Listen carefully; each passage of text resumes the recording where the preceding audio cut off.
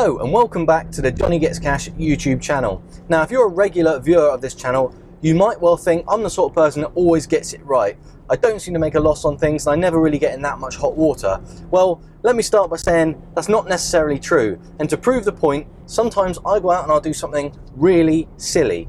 Like today, I've been and bought this 14-year-old 133,000 mile Range Rover TDV8.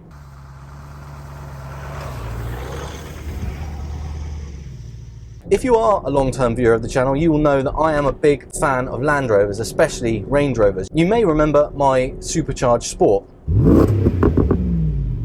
Now, I didn't actually go out with the intention to buy this Range Rover. I was at the car auctions and I saw this one coming up. At first I thought, no, it's not for me. I haven't got the minerals for that today. But the longer I looked at it, the more it grew on me. And as such, I've ended up buying it, and I think it might well be the cheapest TDV8 that's up and running with MOT that I've actually ever seen. It's a fantastic vehicle, and the more I use it, the more it's making a very, very strong case for me to keep it and use it as my towing vehicle, my daily vehicle come over the winter months. It's just a lovely thing.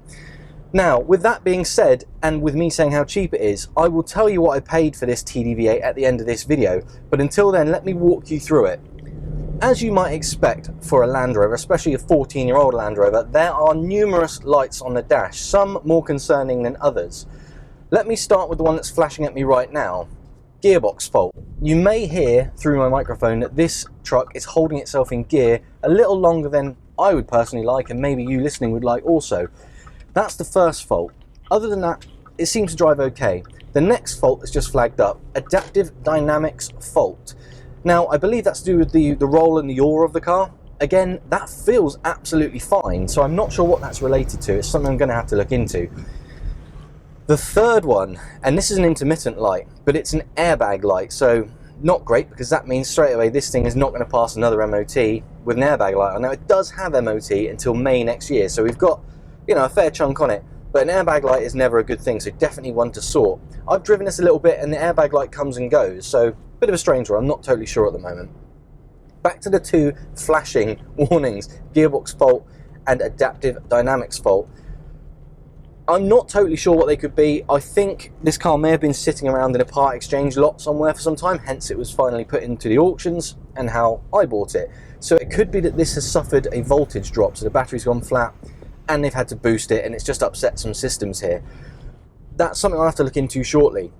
What I will say in this car's defense is it's got a massive, massive service file with it. Someone has not been shy spending cash on this thing. Everything this car has ever wanted, it would appear it has had, and it's had it in spades.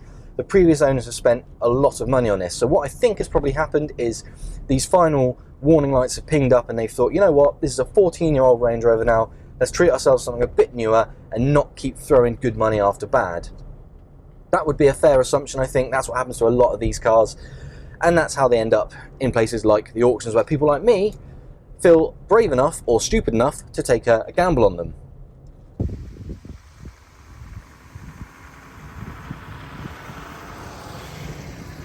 Now, I said I wasn't trying to buy this Range Rover when I first saw it, and I really wasn't. I didn't intend to buy it at all, but it happens to be in my personal favourite colour, a very pale champagne gold, and it's in really, really nice condition throughout. Bodily, it's really straight. It's a very, very clean vehicle. Totally standard, not modified. It hasn't even got side steps, anything like that. So it looked like it could potentially be good stock. Now, in the part of the world I live in, these things are a religion. People love them. So if I can get clean ones and make sure they are healthy enough, they will sell 10 times out of 10, and they sell quickly. So it kind of persuaded me to buy it in that front, but as I said just now, I've been driving this a little bit, even with these lights on, just to test things out, and it's making a very, very strong case for itself. I do believe that I could keep this vehicle as my own, use it as a tow vehicle, use it as a comfortable winter car, whatever, and if that is the case, I'll still do these bits and pieces, but I'm a lot less stressed about doing them quickly. So anyway, what I think would be best to do is get this thing back to the yard. I'll give you a little bit of a walk around, a bit of a guided tour. We'll look at the good bits, the bad bits, and everything in between. And then I'll try, if I can, to clear those codes or read a bit more into them. We'll see what happens. But anyway, I'll catch you in a minute when we're back at the yard. Okay, here she is. Now, before I reveal what I paid for this fantastic Range Rover, I want to show you around it, the good, the bad, and the ugly. Now, first of all, as you can see, the car is finished in a very, very pale shade of gold, almost a champagne gold. Now, this is one of my favorite colors for these trucks. I know it's not the most popular color, but for me personally, it's one of my absolute favorites. Next of all, the car is totally standard. It doesn't even have side steps on it. The car is completely factory, which I really like. Now, those of you who've been around the channel long enough will remember my supercharged Range Rover. And I said the same about that. That had a few little bits and pieces on it, but nothing too overtly obvious from standard. But this one is completely stock, and I really like that. Next up, we've got a proper Westfalia tow bar already fitted to this truck. So that means that's one less thing I've got to do. Now, I mentioned this thing is fast making a case for staying on the fleet. When I first bought it, that was not the plan, but having spent a bit of time with the truck and basically got behind the wheel of another TDV8, it's very easy to fall back in love with these things, and I'm selling the point to myself by the minute about how great this would be as a tow vehicle, as my daily, especially with the colder months coming up. So with that tow bar fitted, that's one more plus for it. You know, I can just chuck my trailer on it and I don't have to spend any money sorting anything out. It's just ready to go. Something else I want to mention, I've said this a few times, but I'm going to say it again. I always think you can tell a lot about a car and its history by the quality of the tyres that are fitted. Now, this Range Rover has got a full set of Michelin Cross Climate tyres, including the fifth wheel, the spare in the boot, all matching tyres, all in fantastic condition, and they are not cheap tyres, let me tell you. Someone has spent some money on this, and also this car has been very well looked after in its life. Something I wanted to mention as well, the bodywork on this vehicle is absolutely pin straight. It is beautiful. Normally with a Range Rover, especially one of this age, you're going to find some waves in the panels, a few dings and dents, scuffs on the bumpers. You know, you'd expect it for a 4x4, especially one that's 14 years old now, but this is absolutely gun barrel straight all the way around. It's a really striking, impressive, beautiful truck. The worst crime it's committing on the outside is this misted up headlight. You can see one is better than the other. This headlight was replaced at well north of £1,000 according to the invoices I've got. This one obviously hasn't been, so I need to do something about that to make it look proper again. I'm not a huge fan of the chrome number plate surrounds, but you know, if that's another one of the crimes it's committed, that's really not too bad. Let me show you inside this thing. It has done 130,000 miles and the interior does not look like a 130,000 mile interior. It is wonderful in here. As you'd expect, the worst wear is on the driver's bolster. There's a little split just here and a bit of wear where it's been crimped against the plastic over the years, but really that is absolutely nothing. The steering wheel's in fine condition, all the controls, all the buttons, everything is there. The multimedia unit, I think that's been replaced for a slightly more modern unit because I've got an invoice suggesting so, and that screen is, as you can see, it's kind of shiny and glossy. I don't think as standard they are. I think that's a more modern one that's been fitted, so that's good news. In the back, it really looks like it's never been sat in back here. It's just a very lovely, clean and straight place. Around the back, we have got proper split tailgate, as you'd imagine. Everything works. Excuse my tripod in here. I've been using this morning for various jobs. As you can imagine, as soon as I get a Range Rover, I'll find a job for it straight away. But as mentioned before, we've got a full-size spare, which has obviously been used, but it's got another Cross Climate on it in good condition. All the tools, the jack, everything is there.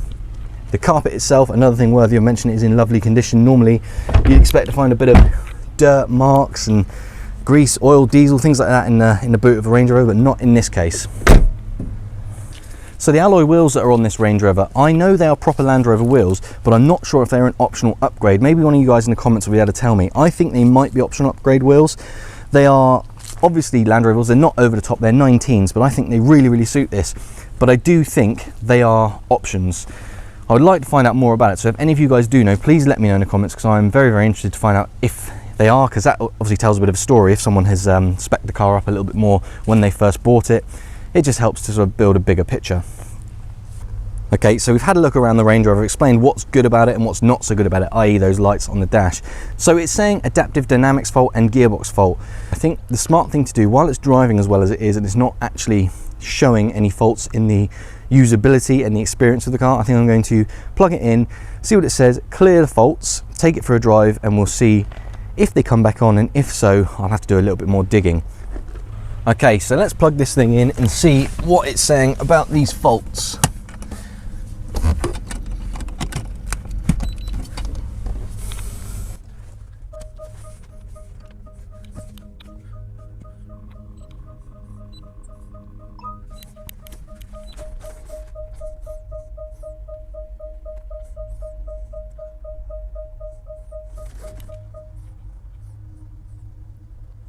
Okay, so while this is just checking all the codes on the Land Rover, something else I didn't mention in my walk around before, there's an intermittent airbag light. So it's not on all the time.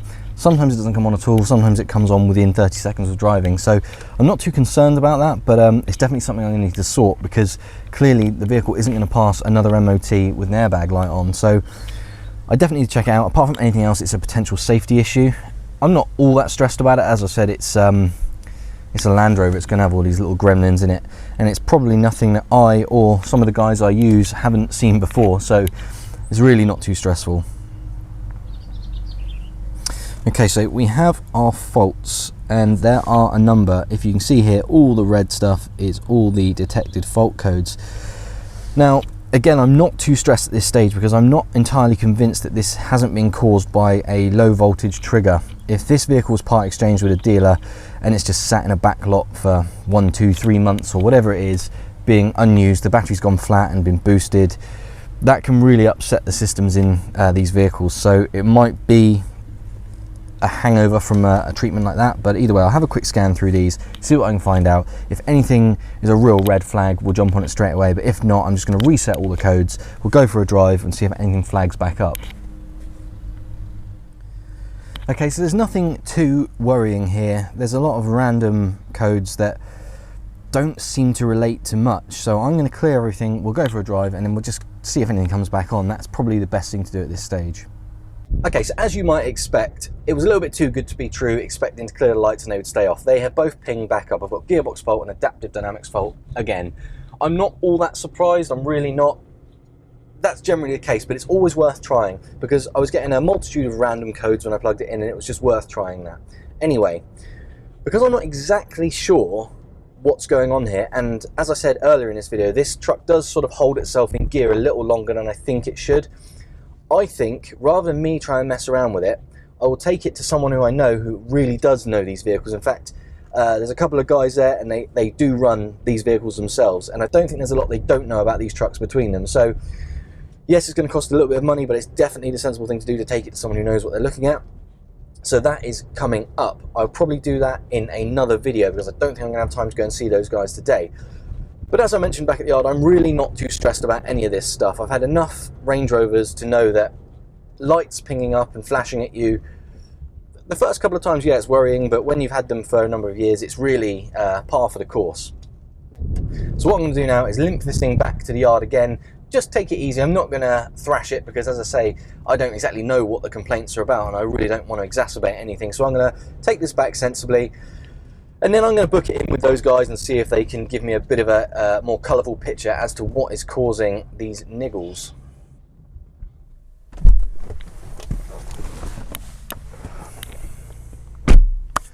So there we are back at the yard, and as I said on that drive, unfortunately those lights did ping back up, so clearly something is afoot here. It's not too much of a worry. As I said, I've got two guys I know who are really familiar with these things, so I'm going to take this thing down to them to be properly diagnosed, and we'll find out exactly what is wrong with it. But at the moment, I'm not at all displeased with what I bought. And that brings me to the next part of this video. I said at the start I would let you know what I paid for this, and I think it's personally the cheapest TDV8 with MOT that's up and running that I've personally come across. So I bought this thing at auction, so you've got to remember I've got to pay fees, I've got to pay VAT on the price and the fees, and I also pay for delivery in this case. So there's a few things to take into account, but with all of that considered, so the hammer price, the auction fees, so the buyer's premium, the VAT on the price, the VAT on the premium, and delivery plus VAT on the delivery, as this truck sits here right now, this 133,000 mile 2010 Vogue TDV8, which I think is beautiful, totally straight, totally standard, it owes me a fiver short of £3,000. Now, if you don't think that is good value, I don't know what is. I really don't. If I broke this thing for parts, which I would never do by the way, but if I broke this thing for parts, it's worth far more than what I've just said. It's just outstanding, outrageous value at the moment on these things. Now, if you can find a cleaner, better one for less money, I would say this: please go and buy it, because if you don't, I will. I cannot get enough of these lovely old vehicles. Now, I've waxed ecstatic enough for this video. You may like it, you may not, but I would either way be very interested to hear your thoughts. So let me know in the comments, have I bought an absolute stinker? Is this a lemon? Or do you agree with me and think that this old bus has got a lot of life left in her and will make a very good tow vehicle and winter comfy cruiser for me, or maybe for someone else. Anyway, as always, thank you ever so much for watching, and I will catch you on the next one. Cheers.